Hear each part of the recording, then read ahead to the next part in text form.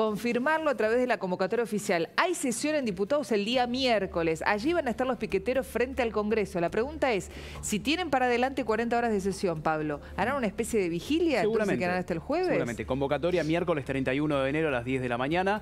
Es la convocatoria de algunos diputados de La Libertad Avanza, justamente quien es la parte interesada, en este caso el oficialismo es la parte que convoca a la sesión. Veremos mañana en la reunión de labor parlamentaria por la mañana cuál es el orden, sobre todo, de la cantidad de oradores que se presenten por cada uno de los espacios. A partir de allí, el cálculo que tenemos hasta ahora, una sesión de aproximadamente 40 horas.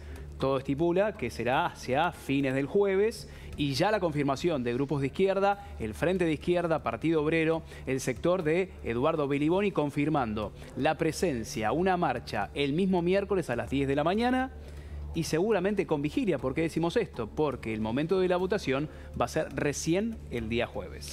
Bueno, y jueves también con la confirmación de los piqueteros de llegar, acercarse a diferentes supermercados, tanto en Capital como en Provincia de Buenos Aires, para pedir alimentos porque dicen que no llegan los suficientes alimentos a los comedores comunitarios. Así que tanto miércoles como jueves, días complicados en todo sentido, como verán, para circular por la ciudad de Buenos Aires. Pero quiero aprovechar para preguntarle por estos rumores que están tomando cada vez más fuerza. De hecho, la principal nota ahora en la home de La Nación es de Jaime Rosenberg y tiene que ver con Martín Menem. Aparentemente, se lo voy a trasladar a nuestro compañero Martín Rodríguez Yebra, que ya está en la redacción del diario. Martín, buenas tardes. ¿Cómo estás? Buenas tardes, Vivi, ¿cómo estás? Bien, es así que aparentemente el gobierno estaría un poco molesto con Martín Menem por la dificultad para la aprobación de la ley ómnibus. Bueno, hay detrás de la figura de Martín Menem muchos cuestionamientos desde el gobierno y también desde dentro del bloque de La Libertad Avanza por las dificultades que ha tenido el tratamiento de la ley y sobre todo porque el gobierno ha tenido que resignar nada menos que el capítulo que era más relevante, al menos en términos de urgencia, porque era el que le daba las herramientas para hacer el ajuste fiscal. Se le ha marcado falta de experiencia, que no ha sabido llevar las negociaciones a buen puerto, si bien tiene un buen diálogo con casi todos los jefes de bloque, sienten que no ha sido todo lo eficiente que se esperaba para esta primera ley. Es entendible también para alguien que recién empieza en la carrera política, básicamente. No se había dedicado a la política más allá de venir de una familia muy política. Pero bueno, se han generado versiones y situaciones alrededor del presidente de la Cámara de Diputados que creo que no van a pasar a mayores, pero que son un signo de atención, digamos. Nadie está pensando en este momento en cambiar un puesto de esa relevancia institucional, ¿no? Pero sí que ha habido muchos cuestionamientos de los propios, desde dentro de La Libertad Avanza. Bien, bueno, estamos atentos entonces. Martín, finalmente sesión para el miércoles. ¿Qué tenemos que esperar ahí? Bueno, todavía no están todos los acuerdos cerrados sobre cómo va a ser el tratamiento de la ley. Se están terminando de pulir los artículos o cómo pueden llegar a quedar los artículos cuando se debata en particular en el Congreso. Porque recordemos que se firmó un dictamen la semana pasada, o sea, un texto que se va a poner a consideración de los diputados en ese debate, que no incluye gran parte de los puntos que efectivamente van a quedar en la ley si la ley termina aprobada, porque se siguió negociando, porque, por ejemplo, el gobierno retira un capítulo importantísimo, que es todo el capítulo vinculado con los ingresos, con lo fiscal. Entonces, el texto que se va a poner a consideración no es el mismo que va a terminar siendo aprobado, y las modificaciones se tienen que plantear en el debate en particular a partir de lo que los jefes de bloque vayan voceando, o sea, leyendo. Pero lo más complicado era lo fiscal, ¿o no? Digo, al quedar ahora eso... Era lo más urgente, y era lo que tenía más trabas, porque el tema de retenciones y de las jubilaciones venía muy discutido.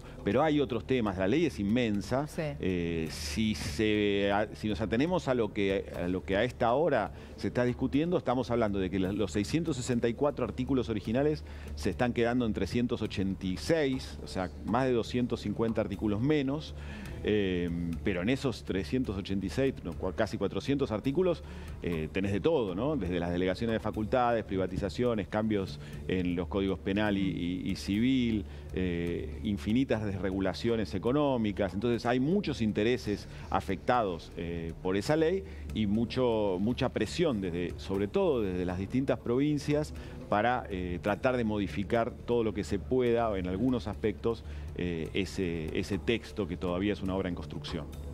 ¿Pablo? Martín, ¿cómo te va? Buenas tardes. Hoy a las 7 de la tarde habrá una reunión de gobernadores. Son 16 mandatarios de diferentes sectores políticos, ¿no? No solamente de la oposición dialoguista, sino también ex miembros de Unión por la Patria, del Frente de Todos, como Osvaldo Jaldo de Tucumán. Quisiera preguntarte cómo ves a esta nueva oposición de los gobernadores, independientemente del resultado de la media sanción del miércoles. ¿Cómo se van a plantar frente a este primer año de gobierno de Javier Milei? Sí, estaba claro desde el principio que los gobernadores iban a ser actores centrales en esta nueva época, con un gobierno que está en minoría y con una oposición que está muy atomizada. Pero no se esperaba que tan pronto se transformaran en una suerte de liga que confronta con el gobierno, ¿no? La discusión de la ley ómnibus lo fue llevando a ese lugar. Ellos intentaron actuar en conjunto, primero los que eran de Juntos por el Cambio, y a ellos se les fue sumando a la fuerza de una parte del peronismo que ya era disidente desde entrada, como por ser Yarlora en Córdoba, y después, como vos nombrabas, Jaldo, Sáenz, Pasalacqua de Misiones. O sea, empieza a haber una estructura que se planta ante el gobierno y que se empezó a notar en la semana pasada que los estaban llevando a un territorio de batalla, ¿no? Cuando el gobierno, desde su ministro de Economía, empieza a decir que si no le aprueban la ley va a haber un ajuste sobre las cuentas de las provincias. En ese tironeo, cuando el gobierno retira la ley y anuncia que el ajuste se va a hacer de todas maneras y que los gobernadores tienen que esperar que les empiecen a llegar menos fondos a sus provincias, bueno, se arma y se fortalece aún más esta liga que hoy se reúne para ver cómo se para de frente al gobierno para que esos recortes en el gasto que el gobierno pretende hacer para suplir los artículos impositivos que no va a tener en la ley, no los afecte demasiado. Es una pulseada que yo creo que va a ser de largo plazo y va a ser central en la Argentina que viene. Cómo se maneja esta relación entre la liga, digamos, esta liga informal que se está creciendo de gobernadores y el gobierno de Javier Milei. Por ahora es una relación de tensión, pero que no llega al cuerpo a cuerpo, porque la mayoría de esos gobernadores quiere ayudar al gobierno. Están atados en la misma suerte y dicen necesitamos sentarnos y llegar a un acuerdo, porque si se hunde uno, nos hundimos los otros, ¿no? Entonces ahí hay un foco interesantísimo para ver hacia adelante cómo evoluciona este proceso político argentino. Martín, la lupa, más allá de estar puesta en lo que va a suceder el miércoles con respecto a la sesión en diputados, también se ubica en la posibilidad de que exista conflicto en la calle, porque, a ver, desde el gobierno ya está garantizado que siempre la ley antipiquete va a funcionar, el protocolo antipiquete, mejor dicho, para evitar cortes de calle, pero van a ser 2 días intensos, con organizaciones piqueteras, una en apoyo a lo que pueda llegar a suceder dentro de diputados el miércoles, y la opción concreta, recién nos decía Carla, de que se queden durante toda la noche y madrugada, y el jueves con el pedido de alimentos en supermercados. Sí, es un fenómeno que lo vamos a ir viendo muy seguido. En una ley de esta magnitud siempre es delicado que haya protestas en la calle mientras el Parlamento está discutiendo algo de tanta profundidad. Dentro de la ley ómnibus está justamente la oficialización, la conversión en ley de los principales puntos del protocolo, evidentemente, el endurecimiento de la política contra las protestas. Va a ser delicado. Si lo sumamos a lo que vos decías de las protestas en reclamos de alimentos, bueno, empieza también ahí a configurarse un foco de atención para el gobierno, ¿no? De que no se empiece a desmadrar la calle. Por eso también es delicado plantear una sesión tan larga. No queda otro remedio, la ley tiene la cantidad de artículos que tiene y el debate va a ser muy largo. Ustedes hablan de 2 días, algunos dicen que incluso puede llegar hasta el viernes.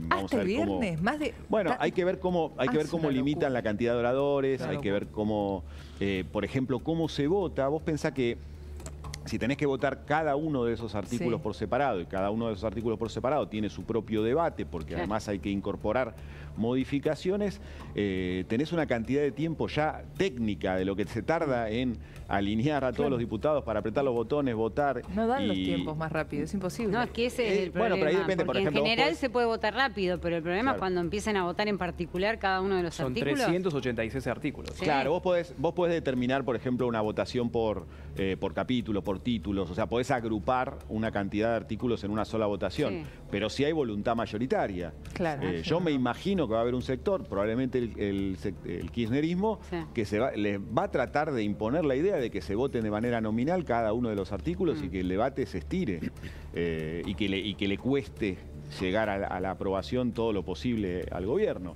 Si eso ocurre, y bueno, nos podemos llegar a encontrar con un debate que avance hacia el fin de semana, ¿no? Martín, ¿queda de lado hasta cuándo el paquete fiscal? Porque, digo, eran temas muy importantes para el gobierno, que no pueden demorar demasiado en tratarlos. Pienso en la reforma jubilatoria, pienso en ganancias, retenciones.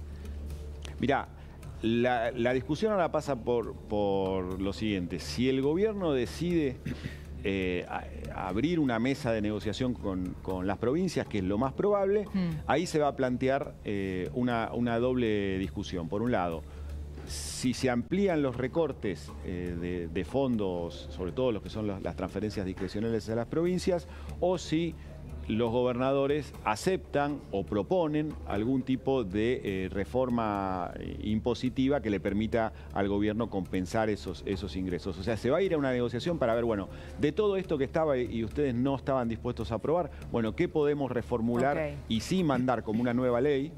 Y lo que era un gran paquete, ir transformándolo en varias leyes, y qué otras partes ustedes no van a aprobar y el gobierno va a recortar de todas maneras y va a recaer ese esfuerzo sobre las arcas provinciales. En esa discusión está el futuro de ese paquete fiscal. Vamos a ver con qué voluntad se plantan las provincias y por eso es tan importante la reunión de hoy también, porque vamos a ver qué vocación de diálogo tienen y vamos a ver si el gobierno efectivamente hace una convocatoria amplia o empieza a tomar decisiones de a poco en busca de torcer la voluntad de los gobernadores. Ese debate todavía está en discusión. Lo que está clarísimo, o por lo menos el gobierno anunció de manera tajante, es que el objetivo del déficit cero sigue siendo central para Javier Milei y esto implica recortar como mínimo 5 puntos del Producto Bruto. Por último y cortito, y agradeciéndote tu tiempo, Martín, a ver, ¿qué hay de cierto en que está cada vez más cerca del gobierno Daniel Scioli? Bueno, Scioli estuvo el otro día en la Casa Rosada, la semana pasada, y hay una intención de él de volver a mudarse a Buenos Aires. Su familia ya está en Buenos Aires, o sea, quiere dejar la embajada en Brasil. Y hay una vocación del gobierno por recibirlo y darle un papel político en esta nueva gestión. Hasta ahí estamos. O sea, es una posibilidad clara que Scioli se incorpore al gobierno. Todavía no está claro el lugar. Gracias, Martín, como siempre. Un abrazo. Un beso enorme. Ahora digo, ¿cómo llegan estos gobernadores a la reunión después de lo que trascendió, ¿no? De por qué habrían decidido la salida de Ferraro, porque él habría comentado una frase del presidente que tenía en el centro de los gobernadores. Frase poco feliz, pero digo...